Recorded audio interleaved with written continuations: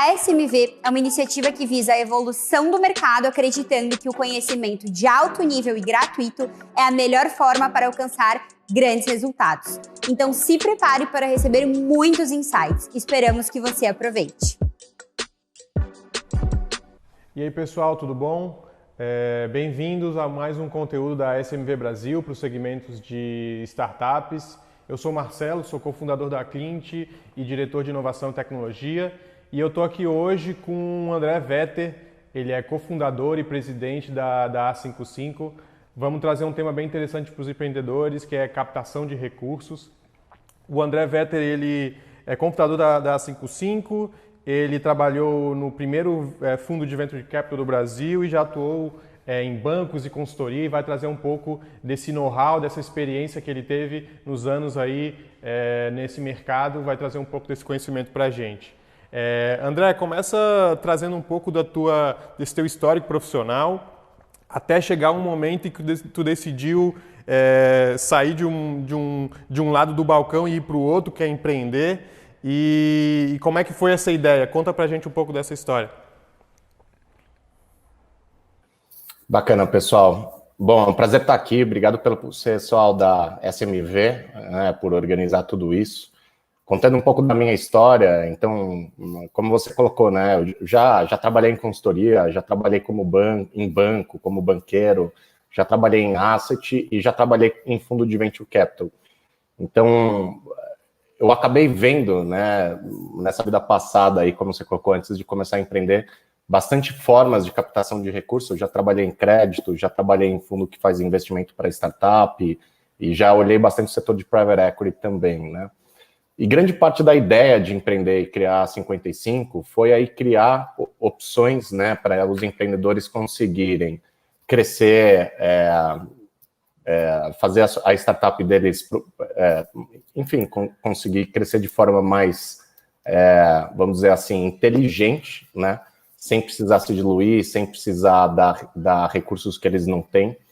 E foi pelas essas observações passadas. Então, tanto trabalhando em fundo de venture capital, como trabalhando no banco, uma das coisas que eu percebi era que o crédito era feito muito para setores tradicionais e não entrava muito em inovação, era muito difícil essas empresas startups, tudo asset light, conseguir um crédito bancário, seja lá pelo histórico, seja lá pela falta de documentação, seja lá porque não tinha ativo, não tinha casa, não tinha terreno para dar em garantia.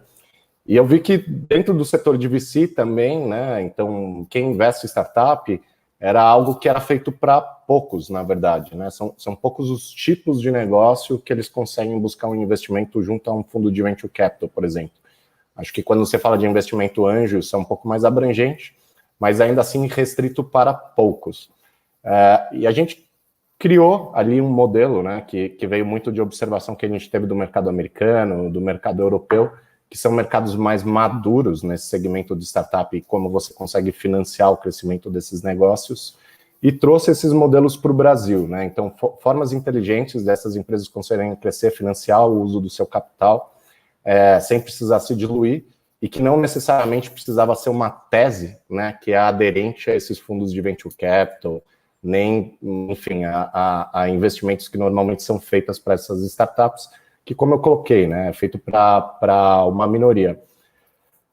Então, trabalhei no primeiro fundo de venture capital do país, trabalhava na Incide Investimentos, que é uma gestora de recursos, hoje chama KPTL, e a gente conseguiu trabalhar com empresas bem maduras, que tinham sido já, quando eu entrei, investidas há 7, 8 anos, e que já tinham passado por diversas rodadas de captação. E uma das coisas que a gente acabou observando, era que esses empreendedores, principalmente os primeiros empreendedores a receber rodadas desses fundos, essa era realmente uma das únicas opções que tinha no mercado, mas ela tinha um custo, que é o custo da diluição. E quando eu falo diluição, é basicamente vender parte da empresa, para esses investidores, onde então esse empreendedor acabava se tornando um minoritário. Então, se ele crescia somente com esse uso de recurso, ele tinha no final uma participação muito pequena daquele negócio que ele criou. E daí o intuito da 55 foi ajudar esses empreendedores, foi ajudar essa comunidade de empreendedores a crescer de uma forma que eles mantessem a sua participação, mas mesmo assim conseguia financiar seu crescimento.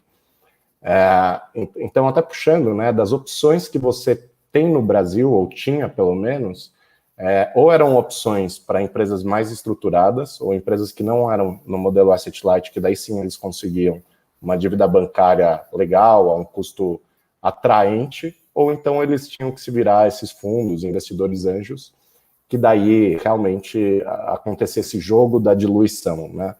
E principalmente quando ele crescer muito, esse jogo da diluição acabava sendo pesado. E hoje esses primeiros empreendedores, acho que quando você observa o mercado, né, eles acabaram se diluindo bastante, principalmente se eles fizeram muita rodada, né? A participação deles dentro dessa empresa que eles criaram ficou muito diminuta. E daí veio a ideia de criar, né, esses produtos que ajudavam esses empreendedores a crescer de uma forma mais inteligente, onde eles não precisavam sempre vender uma participação do seu negócio. Legal. A gente está vendo, eu acho que tu está nesse mercado há um tempo, a gente está vendo uma evolução no Brasil, né? Não só falando de gaps que começaram a ser preenchidos por alguns players, né? Eu cito o exemplo aí, até algumas aceleradoras começaram a se posicionar, desde o começo ali de ideias embrionárias e subvenção econômica também, enfim, tem vários caminhos para esses empreendedores começarem a captar esse recurso, e o que é legal é que tu querendo ou não estava ali no meio e tu viu várias opções para daí falar, cara, eu acho que a gente tem que ter melhores opções aqui para os empreendedores. E com essa evolução, como é que tu vê hoje o risco para os empreendedores? Porque assim, existe um momento certo para tu captar e ele pode ser uma coisa muito boa ou uma coisa muito ruim. Quais são os principais, qual é o melhor momento para ir atrás de uma captação de recursos? Pô, excelente pergunta, né? E existem teses diferentes, então mesmo quando você pergunta para investidores quando é o melhor momento, muitas vezes eles vão te dar respostas divergentes, tá? Mas eu agregaria essas respostas em duas teses aí, e essas duas teses são relativamente diferentes, tá? Mas cada um tem aquilo que acredita.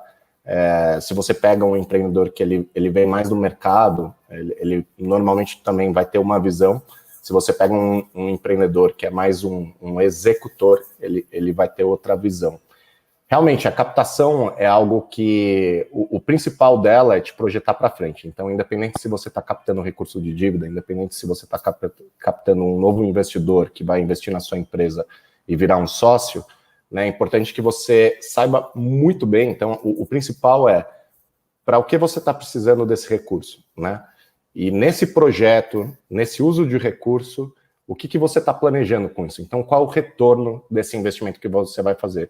Você vai captar um recurso, ele com certeza vai ter um custo, então ele precisa te trazer um retorno. Então, se você capta um recurso e ele resulta em uma diluição, você precisa fazer com que sua empresa cresça, né? E o valuation dela, o valor dessa empresa, ele acelere de forma que para você isso também seja importante, ou seja, multiplique o seu patrimônio. E da mesma forma na dívida, né? A dívida tem lá uma taxa de juros, você precisa também saber que você vai investir esse recurso de forma que a empresa vai acelerar, enfim, a sua linha de faturamento, vai acelerar o seu desenvolvimento e que isso vai te trazer um retorno positivo. Então, mesmo pagando por aquilo, isso vai te trazer um benefício lá na frente. Então, o primeiro ponto é planejamento, saber exatamente o quanto você precisa e por que você precisa daquele recurso e onde aquilo vai te levar. Agora, falando um pouco dessas teses que são divergentes, né? Se você pergunta para alguém mais de mercado, ele vai te falar, e quando eu falo de mercado, eu falo do mercado financeiro, ele vai te falar que o importante é você captar quanto o dinheiro está na mesa. E isso é bem importante, né? O que significa quando o dinheiro está na mesa? O mercado, ele oscila, né? E acho que esse ano é algo que todo mundo percebeu muito isso. Então, tem momentos onde é mais fácil captar e ele é mais barato o dinheiro, e tem momentos onde o dinheiro ele é mais restrito e é mais difícil captar, e esse dinheiro vai ser mais caro também. Então, se você está por dentro do mercado financeiro, se você sabe dessas ondas, esse pessoal vai falar, pega o dinheiro quando ele está na mesa. Então, óbvio, você tem lá um planejamento, você sabe o que você precisa fazer, mas tem muitas vezes que o dinheiro está disponível mais barato e ele está mais disponível, e tem vezes que o dinheiro está menos disponível e está mais caro. Isso passa por essas flutuações de mercado, né? Muitas vezes o mercado está muito bom e nessa hora é uma hora propícia para você ir falar com os bancos e falar com fintech para entender qual é o custo desse dinheiro e falar com fundo para entender se esses fundos eles estão propensos a investir no seu negócio, né? E daí você buscar esse recurso no melhor momento de mercado. Então isso é uma forma de pensar, isso é a forma que a gente pensa também na A55. Então na A55 a gente já passou por 4 rodadas de captação diferentes, né?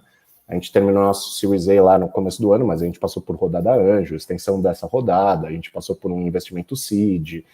Então, tanto a gente teve captações com investidores anjos, né, assim como a gente teve captação com investidores institucionais, e assim como eu captei dinheiro em bancos também. Então, hoje a taxa de juros, por exemplo, está muito baixa, né? Então, ele é um momento, né, que é inédito no Brasil, a gente nunca viu lá, a taxa de juros está em 2% ao ano. Então, esse capital, ele está mais barato hoje, e muito possivelmente no futuro não vai ser esse custo. Então, o que significa isso? Hoje, por o custo estar mais baixo, ele viabiliza mais projetos. Então, talvez aqueles projetos que você tinha, que precisam de capital, mas que eles não iam te trazer um ROI, um retorno tão interessante, talvez hoje, com essa taxa de juros, vale a pena colocar esses projetos em execução, porque o custo do capital está mais barato, né? Então, isso é uma forma de pensar. A outra forma de pensar é captar quando você realmente precisa e quando você sabe exatamente o quanto você, que é aquela questão do planejamento que eu coloquei, né? O quanto você precisa para executar qual projeto. Então, você tem um projeto que necessita de captação e você vai precisar de recurso naquele momento.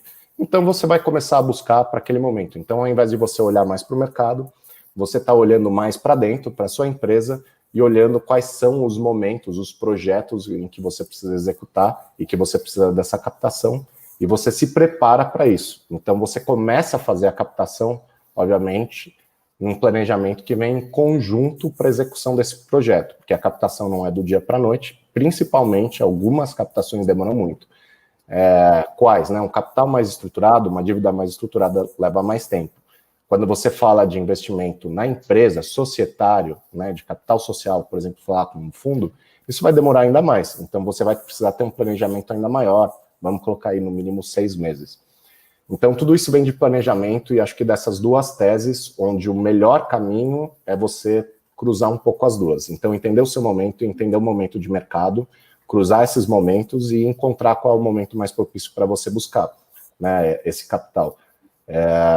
Então, basicamente, se você entende como os mercados estão andando, né, então quais são os momentos propícios do mercado, e você entende dentro do seu planejamento para os próximos anos, aquilo que você precisa de capital para executar, né, esse roadmap que você tem, você juntar esses pontos e talvez você vai adiantar alguns meses um projeto, talvez você vai atrasar alguns, mas você também conecta a realidade da sua empresa à realidade do mercado para fazer essa captação. Legal, André. Pô, muito bacana esse overview.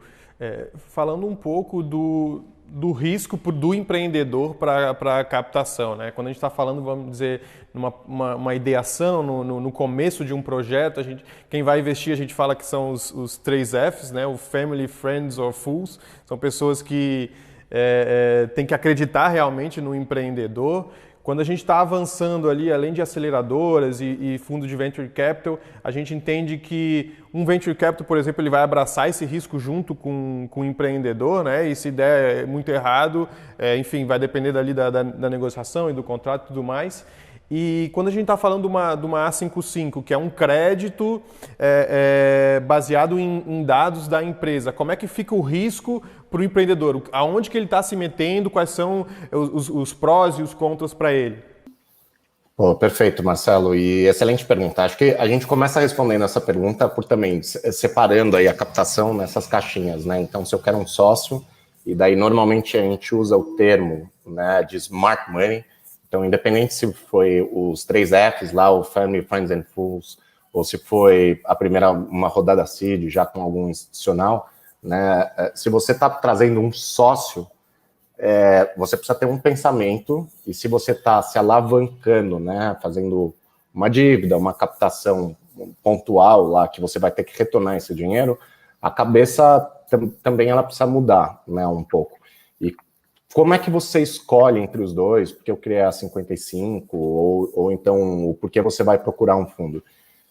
Então, obviamente, o fundo que ele vai virar um sócio seu é muito importante, assim como você, quando você escolhe quem é o seu sócio no começo, também é muito importante você escolher o fundo certo para você, o investidor anjo certo para você. Então, tem que ter um alinhamento em termos de pensamento, né? Pô, o que eu vejo para a empresa, o que eu vejo como os próximos passos dessa empresa, se eu estou trazendo um sócio, onde esse sócio vai me ajudar no dia a dia, né? Ele vai virar meu sócio. Obviamente, ele vai ter as demandas dele, principalmente se for um fundo, ele também vai ter demandas de reporting, porque afinal ele está servindo lá um pool de investidores que investem no negócio dele, mas ele também vai te ajudar no dia a dia, né? Porque ele quer ajudar você a crescer. Então, é importante que você faça a pergunta, seja lá para um anjo, seja lá para um fundo, você falar, pô, onde você me ajuda nesse business, né? Então, que conexões você pode fazer?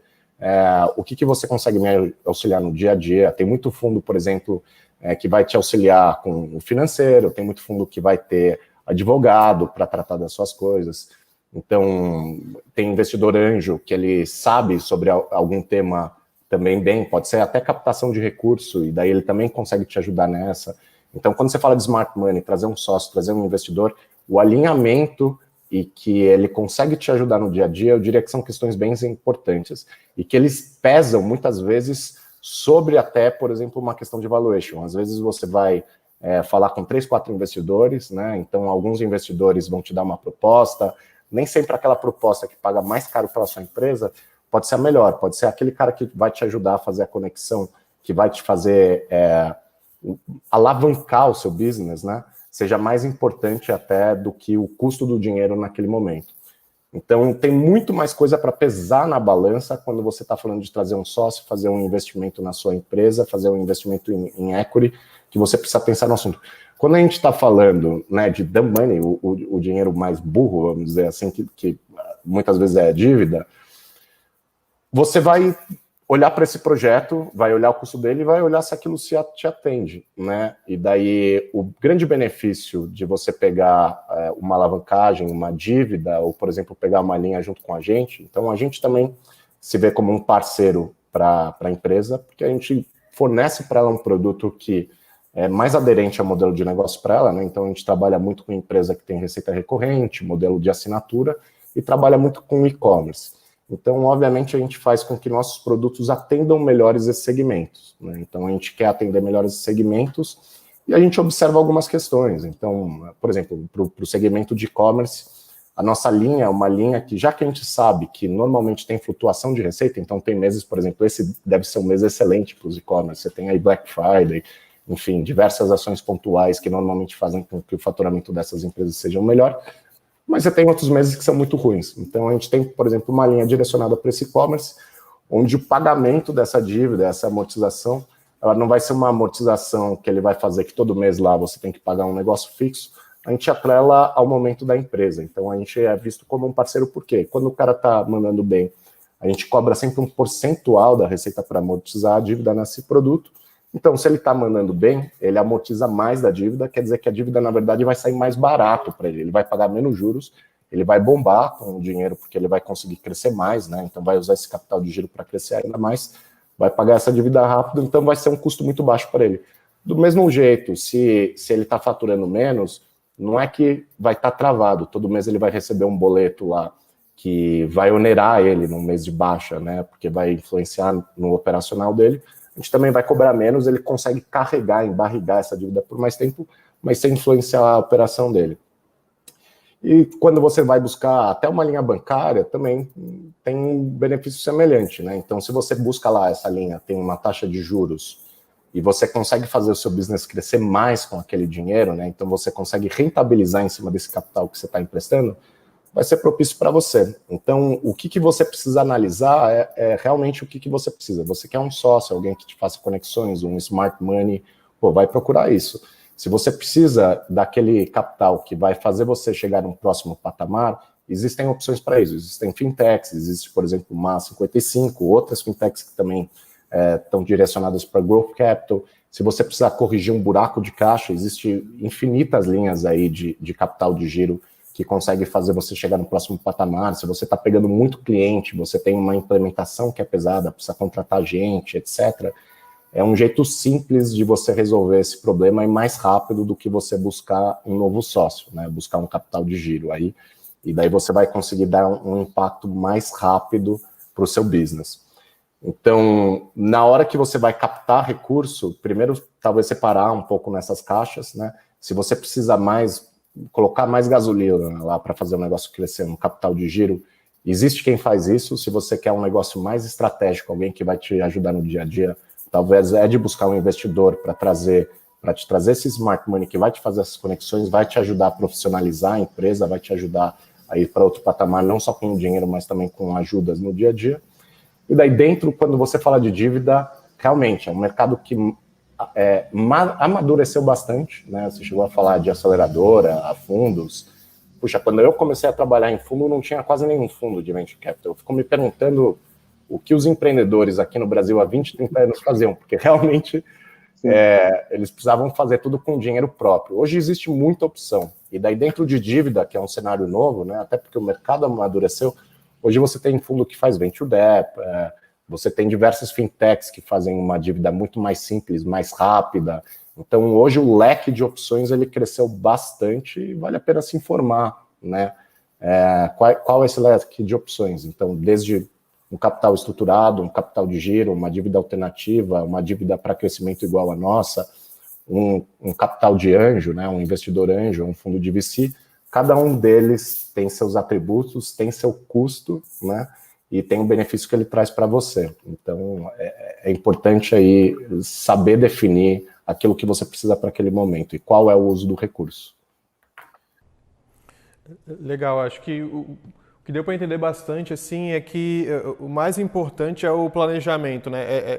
O cenário que a gente está vivendo hoje são de muitas opções, de muitos players, que é diferente de anos atrás, como tu bem falou, e basicamente acho que até há tempos atrás, mais ainda aquele termo que tu falou de pegar o dinheiro e quando ele está na mesa, ele tinha que ser vivido de forma mais intensa, né? Porque tu já não tinha muita opção.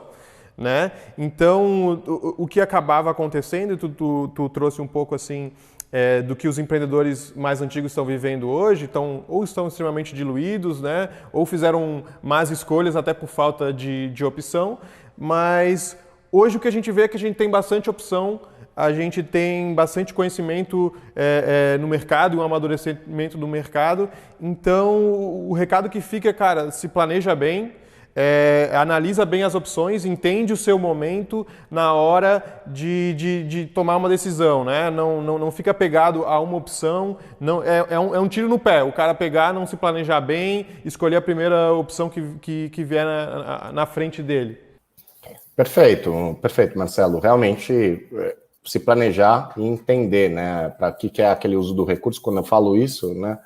Então, tanto tem essa questão de equity, dívida, o smart money, o que um faz o que o outro, mas também, principalmente nessa questão de planejamento de projeto, né, aquilo, você vai precisar de mais combustível para fazer a mesma coisa, um capital de giro, então, talvez vá lá no negócio mais simples, você vai gastar menos tempo e vai conseguir esse capital e colocar seu projeto para executar.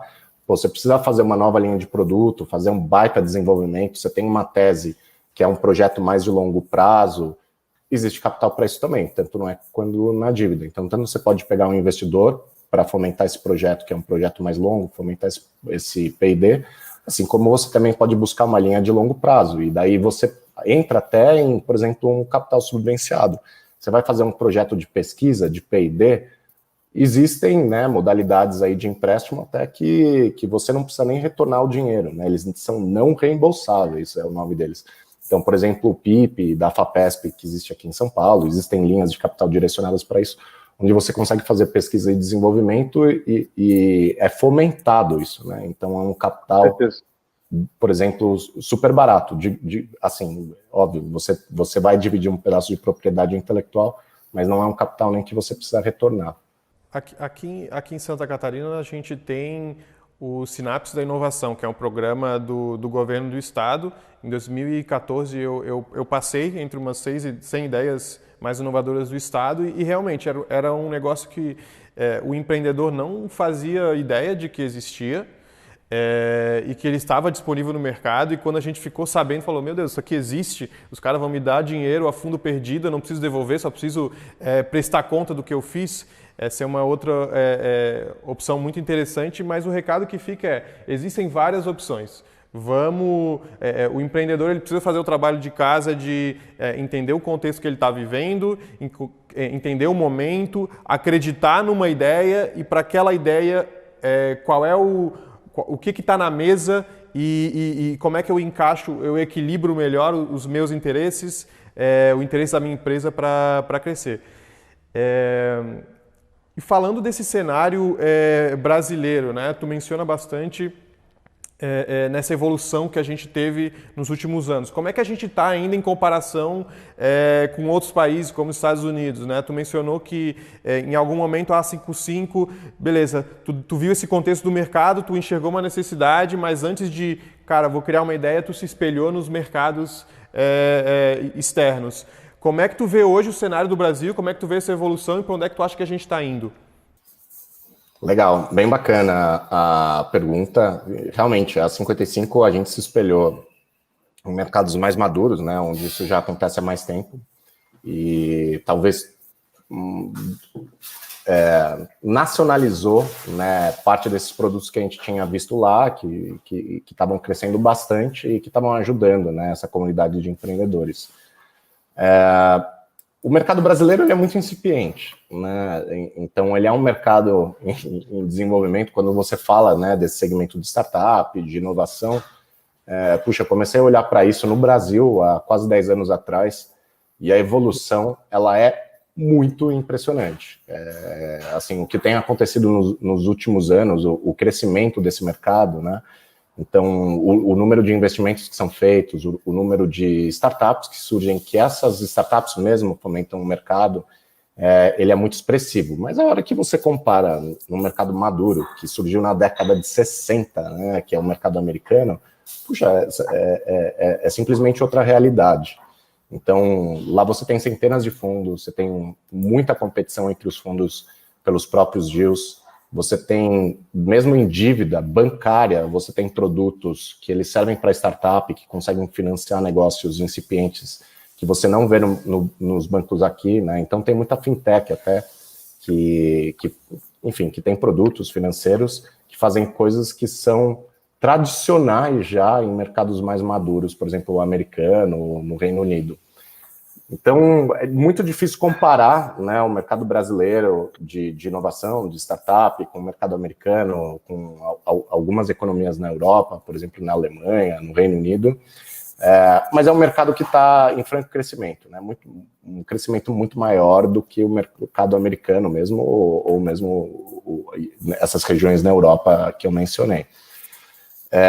Então, ele é um momento bom, né, é um momento de crescimento, mas você não tem a mesma competição por recurso que você tem nesses mercados que são mais maduros, que já estão se desenvolvendo há 40, 50 anos, né? Então, no mercado brasileiro, você ainda tem poucos fundos de venture capital se comparado ao mercado americano, se comparado ao número de startups também, você ainda tem menos oportunidade do que você teria no mercado americano, mas obviamente lá você tem muito mais startup. Então, eu diria que a boa notícia, né, é que não só no Brasil, mas na América Latina, a gente também está presente no México, a gente vê que lá a economia também de startup, a comunidade de startup tem crescido bastante. Então, o Latam como um todo, ele é um cenário atraente, é um cenário que tem crescido. Os fundos de venture capital, por exemplo, do país têm se capitalizado, o que significa que os fundos, eles têm dinheiro para investir em startup, eles se capitalizaram ali nos últimos anos. Muita fintech surgiu para fazer empréstimo, né? Então, realmente, atuando onde os bancos olhavam menos ou não conseguiam atuar, no caso, né? Não tinham modelos, produtos que atendiam essas startups. Então, assim, ele é um mercado que está crescendo rápido, né? Mais rápido do que essas economias mais maduras, mas, obviamente, ainda muito distante de um mercado que já tem 50 anos de história, né? 50, 60 anos de história. E aí, Tá curtindo? Espero que o conteúdo que você está assistindo agregue muito valor para você e para sua empresa. E se você conhece alguém que também precisa ver esse material, fica aqui o convite para que você nos ajude a divulgar a SMV para todo mundo, fazendo com que mais pessoas tenham acesso a tudo isso de forma 100% gratuita. Legal. Realmente, a evolução dos últimos 10 anos, 10, 15 anos foi grande no Brasil, até nem se trazia o termo startups e tudo mais. Vocês seguiram uma tendência, talvez, do mercado em que vocês começaram a atacar alguns nichos específicos, né? Algumas verticais para oferecer produtos que fazem mais sentido com uma realidade de mercado específica, né? Tu mencionou aí que vocês trabalham com SaaS e com e-commerce. Tu vê isso como uma tendência do mercado? O mercado vai evoluir para ir se verticalizando, vamos dizer assim, nichando? Ou é algo que... E nesse cenário, vocês inovaram aqui no Brasil? Como é que ficou isso? Legal. Realmente, à medida que o mercado vai se tornando mais competitivo, né, então realmente você vai tendo mais ofertas de nicho. E daí, por exemplo, no mercado americano, você tem várias soluções super nichadas, né? Então, realmente desenvolvidas para segmentos específicos que atendem melhor esse segmento, e daí que por isso elas conseguem crescer, né? Então, elas acabam resolvendo as dores desse segmento, dessa comunidade específica, melhor do que bancos, outros incumbentes, outras fintechs que atacavam, então, mercados maiores. Isso está começando a acontecer, a gente realmente é um dos primeiros a atacar um nicho super nichado, vamos dizer assim, né? Que é e-commerce e essas empresas com receita recorrente e base tecnológica. Tem outras soluções que também atacam nichos específicos, e o que eu tenho visto é que hoje muitas empresas que não necessariamente são fintechs, né? Então, inclusive, empresas de software, de SaaS, tem até rolado M&A na indústria entre ERPs, né, e soluções financeiras, por exemplo. Então, você tem ofertas que são mais tailor-made, sim, né? Então, com esse aumento da competição, você tem realmente uma maior variedade aí de fontes de produtos e de soluções financeiras para nichos específicos. A gente atua nesses nichos porque são nichos de alto crescimento e que são nichos que são muito mal entendidos pelo banco, né, ou por soluções mais tradicionais, e são nichos que eles precisam de muito capital, né? Então, quando você fala, por que a gente atua dentro dessas empresas que têm um modelo de assinatura? O modelo de assinatura em si, ele é super bem visto por investidores, né? Ele é um modelo que tem tido muito sucesso, principalmente quando você olha a indústria de software inteira, deu uma guinada para aí, e outras indústrias estão indo para lá. Mas é mal entendido, né? Então, você não tem muita solução de dívida para esse tipo de player, não entende essa dinâmica de assinatura, então a gente entende o nosso cliente muito melhor e consegue dar para ele uma solução que é muito mais propícia para o modelo de negócio dele, e daí por isso que a gente é utilizado por tantos empreendedores, empresas, startups que atuam nesse modelo de negócio, né? Então a gente consegue ter o sucesso por fazer um produto que tem muito maior adesão e que soluciona muito melhor as dores desses empreendedores, e por isso que ela é uma solução nichada, ela atende esse público melhor. À medida que o mercado vai evoluindo, você vai ver muito mais dessas soluções, né? E o interessante que eu acho que está acontecendo no mercado é isso, não necessariamente quem está dando um empréstimo hoje em dia é uma fintech, é um banco, né? Então cada vez é mais difícil de você entender e segmentar esse setor bancário do que são empresas mais tradicionais, né?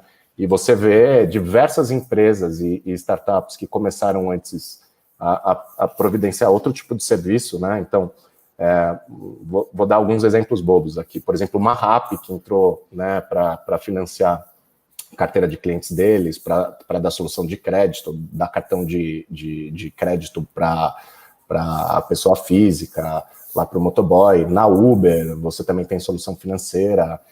E eu vejo vários ERPs, CRMs que também estão começando a colocar soluções financeiras, porque eles entendem, né? Eles têm mais dados, entendem melhor os clientes deles e conseguem fazer lá uma solução que é propícia e mais simples para essa base de cliente. A gente também, da mesma forma, entende melhor esse nicho de mercado, faz uma solução que é mais propícia, mais inteligente para esse nicho de mercado. E quando você olha mercados mais maduros, você ainda tem soluções muito mais nichadas, né? Então, existe de tudo, desde marketplace de contrato recorrente, esses contratos de prestação de serviço mensal, até soluções onde você financia estoque para e-commerce, que é algo que a gente está começando a fazer, financiar marketing para e-commerce, que é um produto que a gente já tem na casa também. Então, você olha esses mercados, eles já estão em outro patamar de competição, onde a gente ainda vai chegar lá. Legal. Tu mencionou essas duas verticais que vocês atuam, que é SaaS e e-commerce. Traz um pouco de números da A55 e alguns cases que possam ser interessantes para o empreendedor que estiver vendo se identificar e entender, pô, tá no meu momento, faz sentido para mim ou não, ou vou buscar algumas outras formas. Como é que tu consegue trazer isso para a gente? Legal.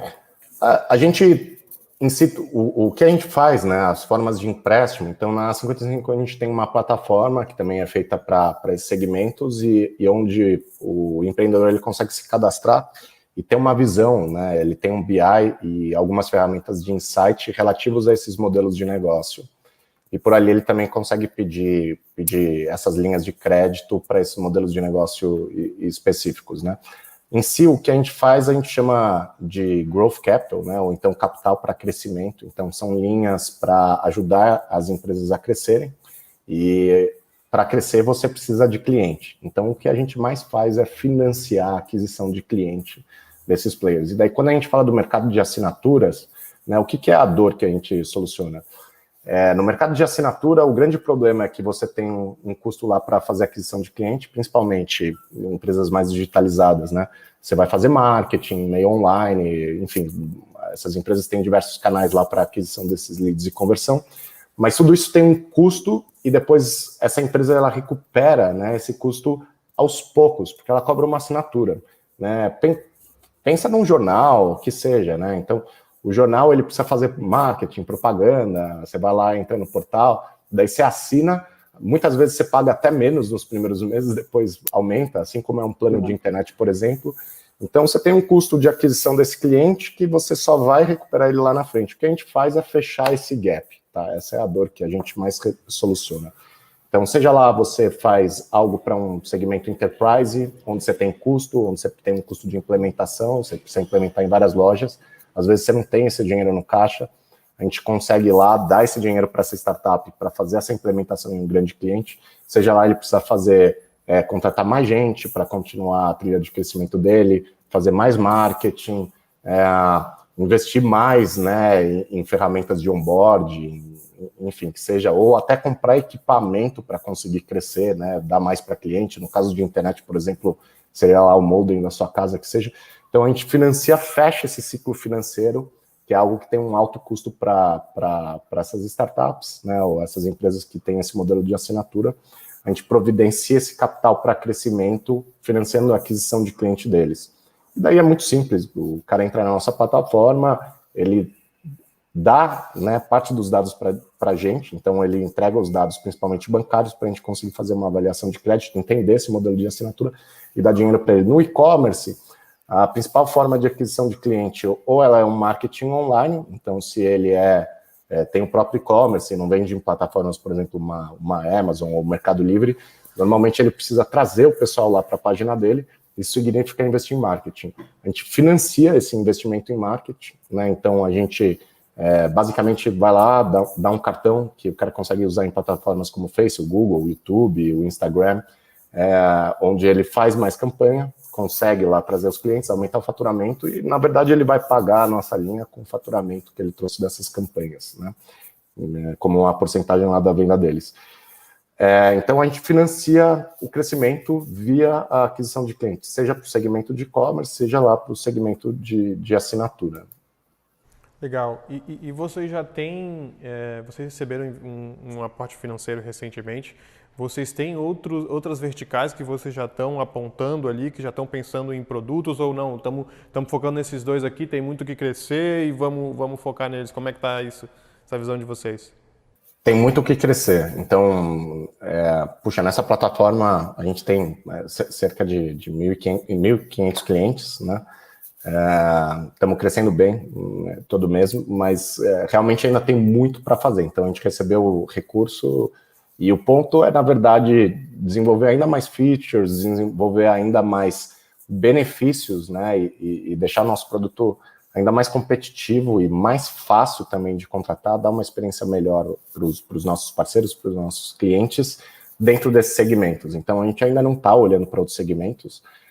Muito provavelmente, num futuro próximo, a gente vai soltar novas features ou novos produtos dentro desse segmento de clientes. Por exemplo, a gente logo vai também começar a financiar estoque para esses players de e-commerce. Então, também, o cara que ele vende via multicanal, que ele está, por exemplo, vendendo no Mercado Livre, vendendo numa Amazon, e que daí talvez a principal dor, né, financeira dele seja ter esse estoque, aumentar a leque de produtos, a gente também vai começar a financiar isso. Então a gente vai crescer ainda dentro desses segmentos.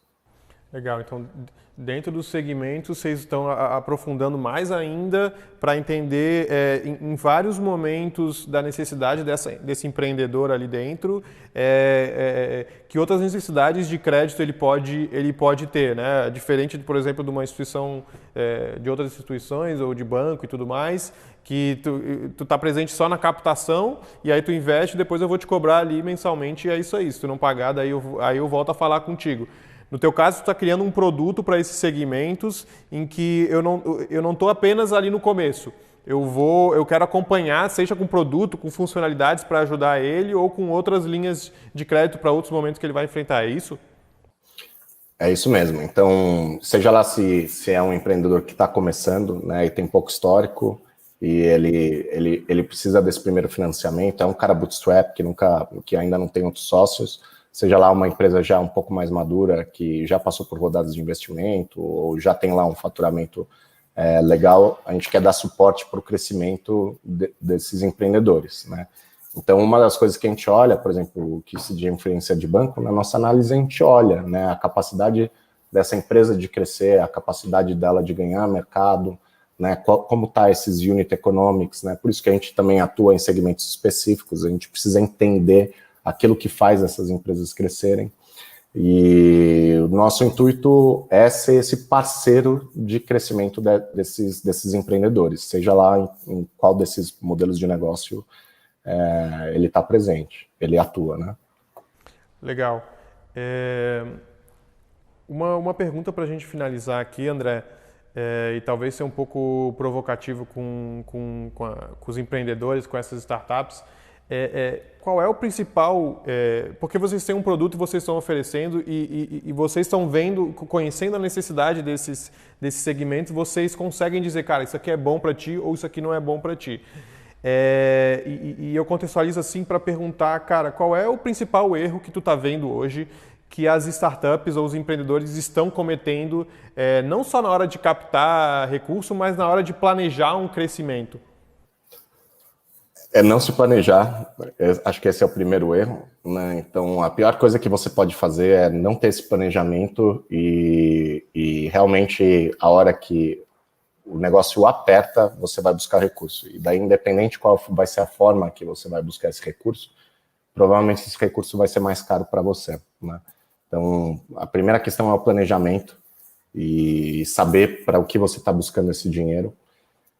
Outros dos erros, né, é um erro de execução que eu vejo muita startup fazendo, que é buscar os recursos sem saber onde elas vão aplicar ele, ou só buscar por buscar. Então, eu vejo também muito empreendedor que ele pega recursos sem entender, né, onde ele vai utilizar isso, e sem ter um projeto específico que vai retornar, né, que vai dar um retorno para ele sobre esse capital que ele está emprestando.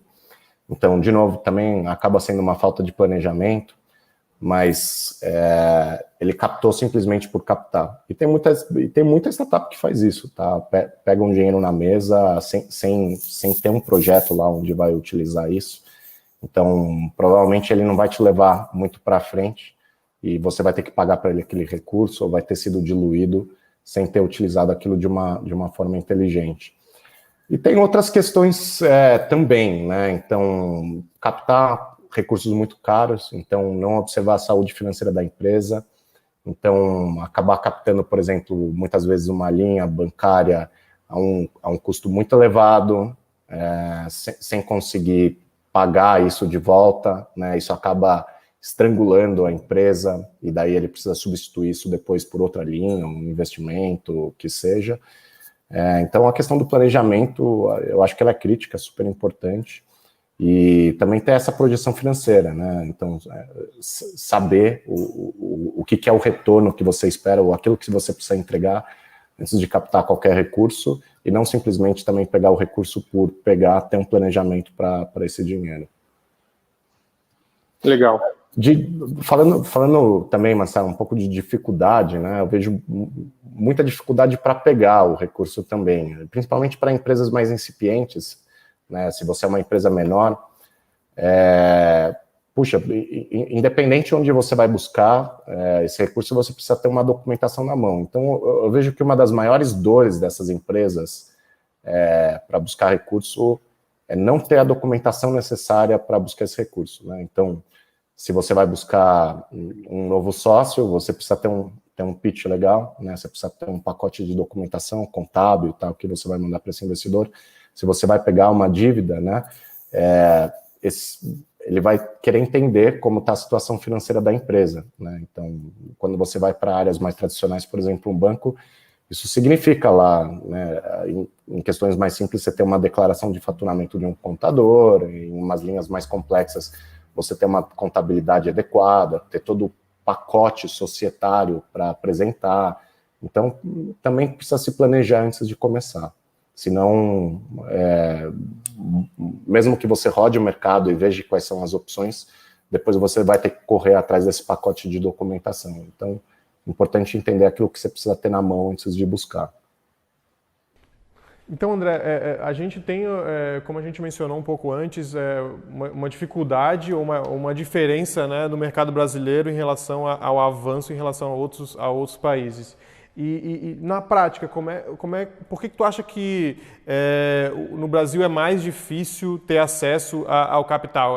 Quais são as dificuldades que os empreendedores enfrentam na hora de ter acesso a esse capital? Perfeito, Marcelo. Excelente pergunta também. São várias, né? Então, o que eu vejo muito nesses mercados mais maduros, já que a gente citou, é que ele é um mercado que já existe há mais tempo e os empreendedores, na verdade, eles estão mais preparados a receber esse recurso, né?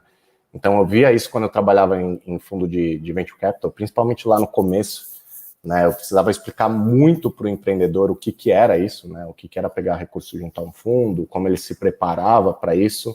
Ali o mercado já era muito mais dinâmico, então o empreendedor ele já chegava com um pitch redondo, já sabia exatamente porque ele estava precisando do dinheiro. Então é um mercado que já tinha evoluído há muito mais tempo e também os empreendedores estavam mais informados de como esse mercado funcionava. Eu vejo que o cenário mudou bastante aqui, então os empreendedores eles estão muito mais preparados para pegar esse recurso. Eu vejo que ainda falta muita educação financeira mesmo, né? Então, a gente faz muito isso no dia a dia também, então a gente tem blog, faz live, faz palestra para educar um pouco o mercado. E aqui tem até uma questão cultural, assim, quando você fala de uma questão de alavancagem, de dívida, né? Já que a gente tinha taxa de juros muito cara no passado, principalmente se você perguntar para um pessoal um pouco mais velho, né? Tem essa cultura de, puxa, não pega dívida, né? Então, não pega alavancagem. Então, tem uma questão até cultural ali no meio, que olha isso com maus olhos. Se você olha um mercado como nos Estados Unidos, o negócio é muito mais prático, né? Não tem tanto essa questão cultural, mas são coisas muito recentes, né? Como eu coloquei, taxa de juros nesse patamar, a gente só vê hoje em dia, a gente nunca teve isso antes. E a questão de preparação também, educação do mercado, né?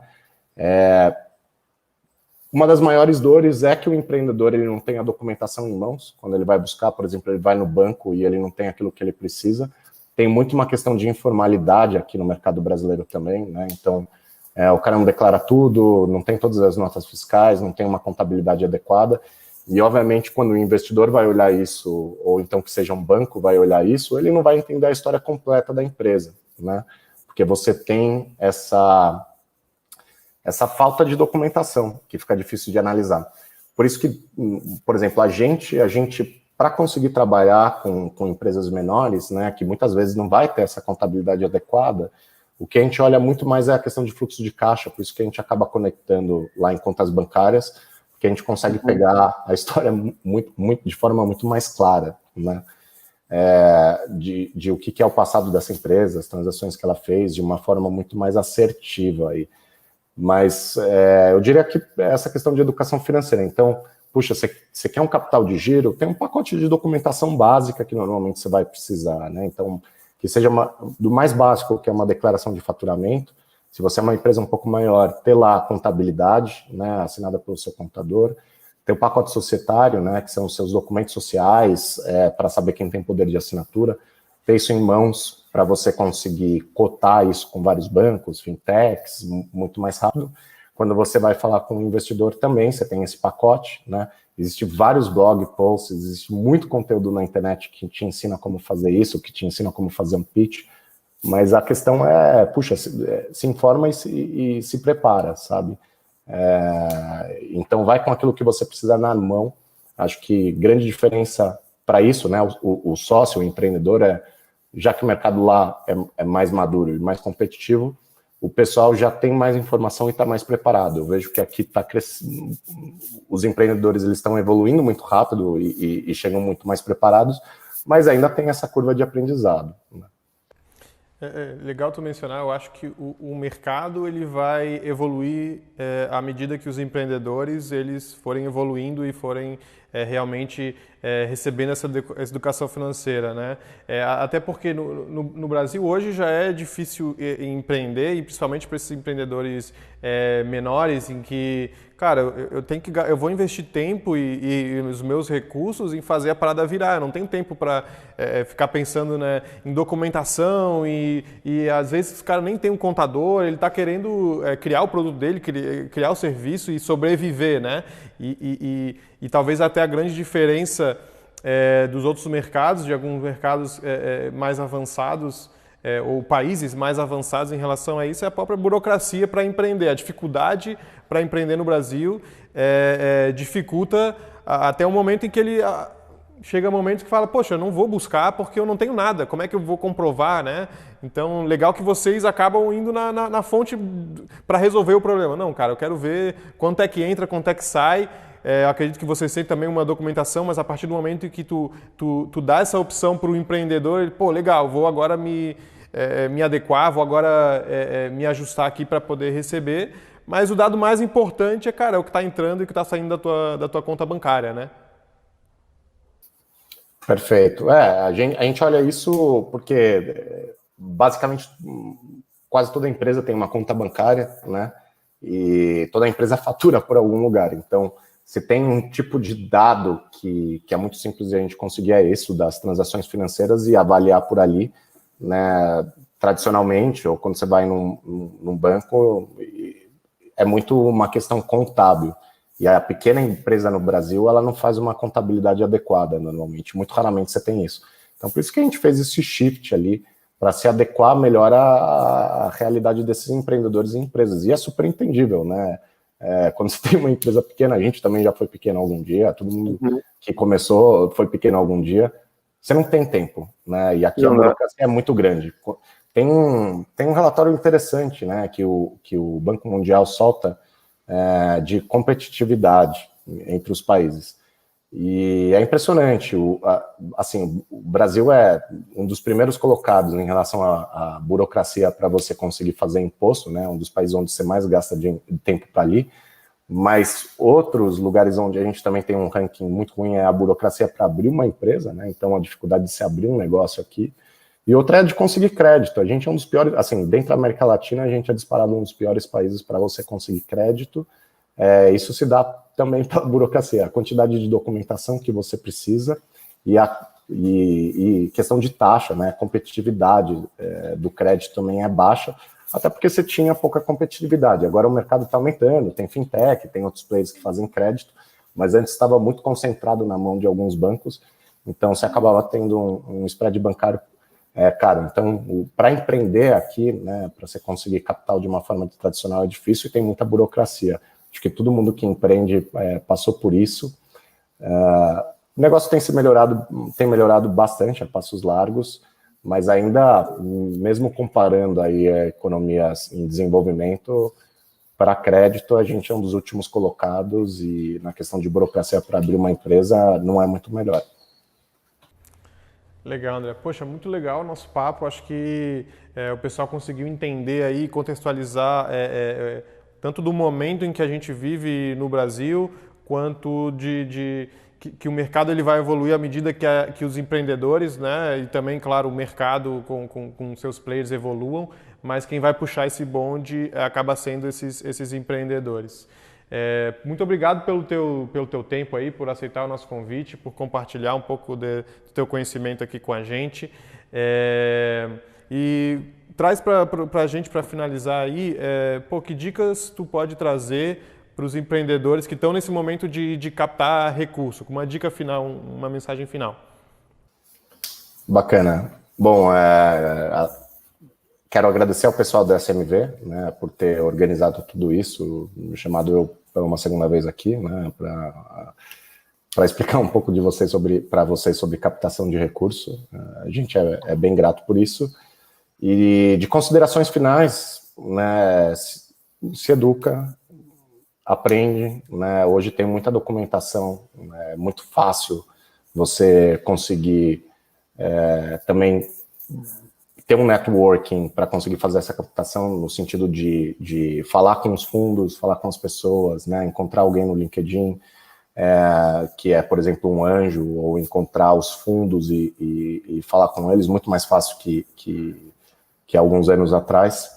E se planeja. Então, se você vai pegar dinheiro de alguém, é importante que você saiba para o que você está pegando, né, o que é o retorno, qual é o retorno esperado para isso. Então, que você tenha esse projeto em mãos e que você saiba quais são as suas opções, né? Hoje em dia tem muita opção, como eu coloquei, muito mais coisa do que existia há alguns anos atrás, né? Então, também, dentro desse planejamento, tenta entender quais são as opções. E dependendo para o que você precisa, né, existe aquela opção que é mais certa, ou que atende melhor a você. Então, pensa bem se o que você quer é ter um sócio, se você só precisa de combustível de capital de giro, se você precisa financiar um projeto de pesquisa. Para cada uma dessas modalidades, existe um capital que vai te atender melhor. Faz um pouco o seu dever de casa e se prepara, vê o que você precisa para ter essa documentação. Em muitos sites de fundo, você vai ver o que eles querem de um pitch, tem até modelo de pitch para você buscar na internet. Pô, esse é o pitch que eu gostaria de ver. Se você está falando de dívida, no site do banco tem a documentação que você vai precisar, né?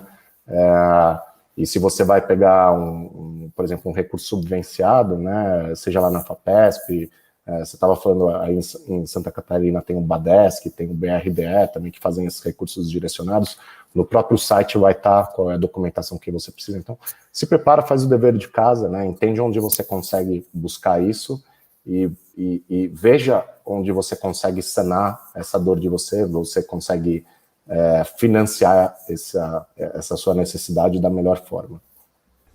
Então é isso, André. Pô, muito obrigado pela tua participação de novo.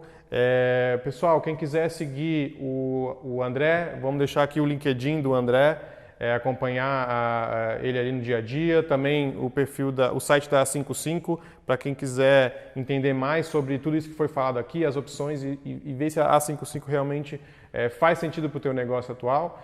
E acompanhe, compartilhe com seus amigos, compartilhe com quem você acha que vai se educar com esse conteúdo.